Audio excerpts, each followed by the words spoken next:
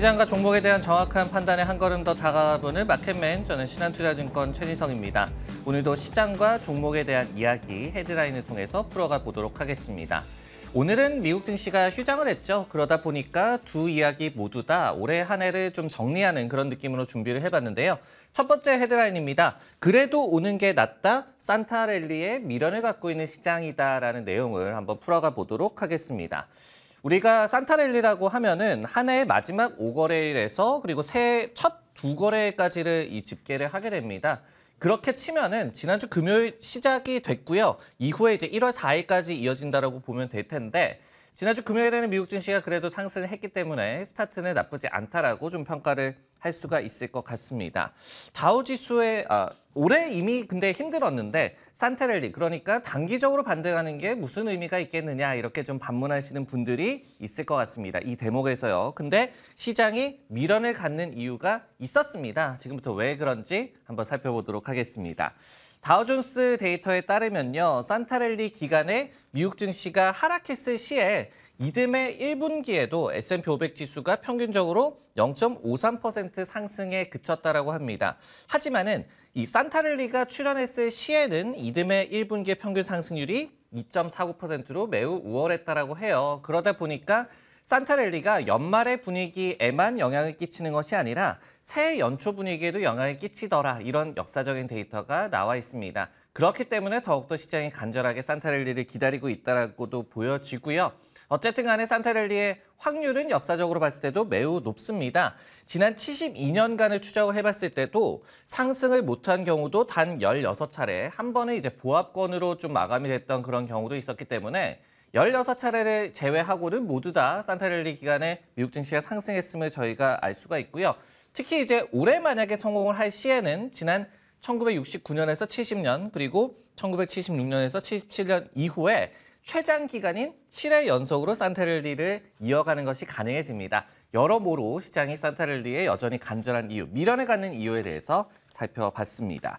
그렇다면 이제 최상의 시나리오는 산타랠리에 일단은 성공을 하고 내년 초에 본격적으로 미국 증시가 반등하는 것이 될 텐데 과연 가능할 것인가 판단을 한번 내려보도록 하겠습니다.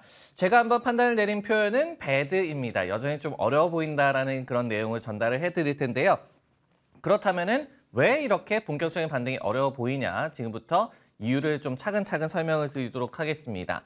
반등의 선결 과제가 아직 풀리지 않기 때문인데요. 첫 번째는 인플레이션입니다.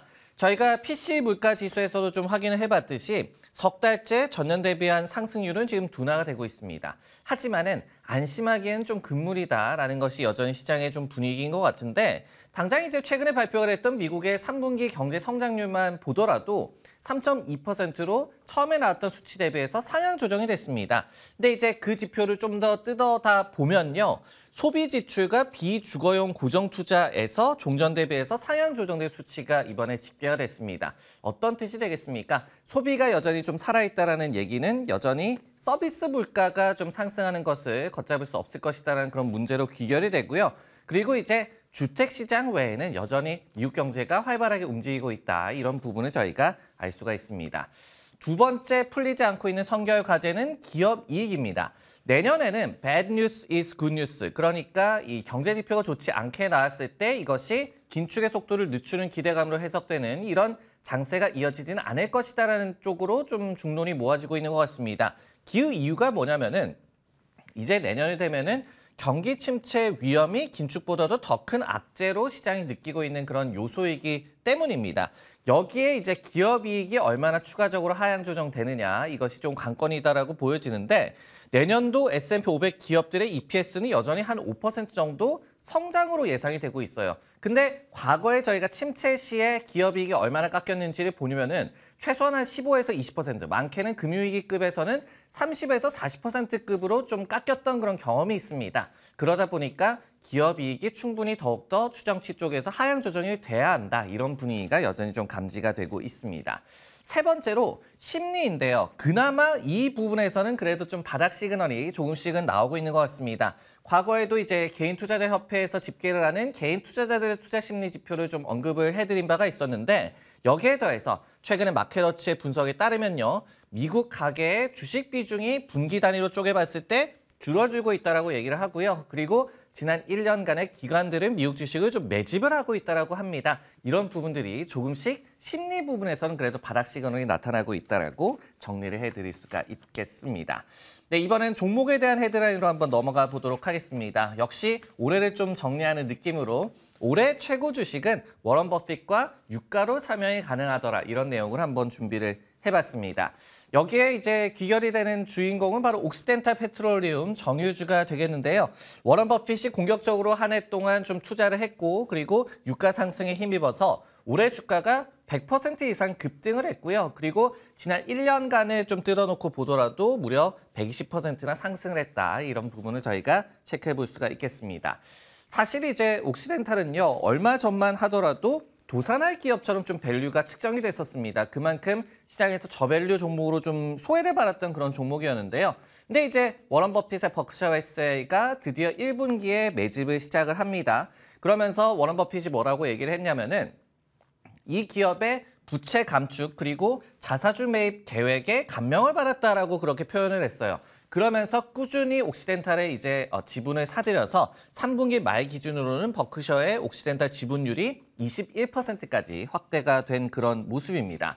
근데 이제 유가 상승의 수혜만 있었던 것이 아니었습니다. 오히려 유가 같은 경우에는 저희가 알고 있지만은 3월 고점 대비해서는 약간 40% 정도 하락해 있는 상태죠. 하지만은 그래도 과거에 이제 유가가 많이 하락했던 시기에 비해서는 유가가 선방하고 있는 그런 모습이고요.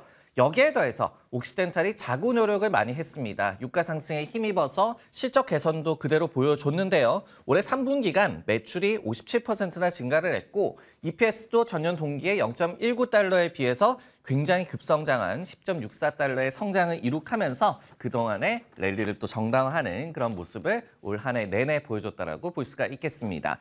네, 올해 미국 증시의 주인공이 이렇게 옥시덴탈과 같은 에너지 섹터였습니다. 과연 내년에도 날 수 있을 것인지 판단을 한번 내려보도록 하겠습니다. 저는 쏘쏘라고 좀 표현을 해봤습니다. 왜 이렇게 생각을 했는지 지금부터 설명을 해드리도록 하겠습니다. 우선 옥시덴탈 페트롤리움도 마찬가지고요. 그리고 에너지 섹터 모두의 관건은 내년도의 국제유가의 방향성이다라고 볼 수가 있겠습니다. 조금 엇갈리고 있지만은 그래도 견고한 수요에 대한 좀 기대감을 나타내는 콜도 좀 나오고 있는 상황인데요. 최근에 이제 오펙이 원래 보고서를 통해서 내년 전 세계 원유 수요가 하루 225만 배럴 늘어날 수 있을 것이라고 얘기를 했습니다. 한 2% 넘게 증가할 것으로 예상했다라고 저희가 볼 수가 있겠고요. 에너지 에스펙츠라는 기관에서도 공감을 했습니다. 지난주 금요일에 리포트를 냈는데요. 그러면서 이 러시아의 감산 이슈라든지 그리고 또 중국의 리오프닝을 주목을 하고 있다. 오펙도 뭐 비슷한 얘기를 했어요. 중국의 경기 회복을 좀 모멘텀으로 보고 있는 그런 상황이었는데 그러면서 에너지 에스펙츠라는 기관에서는 내년도에도 에너지 가격의 상승을 전망하고 있다라고 얘기를 했습니다. 하지만 제가 이제 이 쏘쏘라고 표현해드린 이유가 있겠죠. 걸림돌은 역시 올해 너무 많이 올랐다라는 그런 인식이 되겠습니다. 실제로 이제 CT에서 내년도에 역발상 픽, 컨트레리언 트레이드라는 그런 목록을 내놨는데요. 여기를 보면은 역시 올해 주가가 많이 하락했던 메타라든지 페이팔, 테슬라, AMD, 넷플릭스 등을 내년에는 좀 기대를 해볼 만한 종목이다라고 제시를 했습니다. 반면에 옥시덴탈 그리고 마라톤 페트롤리움 등의 정유주에 대해서는 이런 이 컨트레리언 콜 측면에서 봤을 때는 베리시하다. 그러니까 내년엔 상승 여력이 좀 제한될 수 있다라고 얘기를 했거든요. 이런 부분이 결국은 종목에 대한 분위기로 좀 이어질 수 있다는 점을 마지막으로 체크하시면 좋을 것 같습니다. 네, 마켓맨 오늘 준비한 내용 여기까지고요. 저는 내일 다시 돌아오도록 하겠습니다.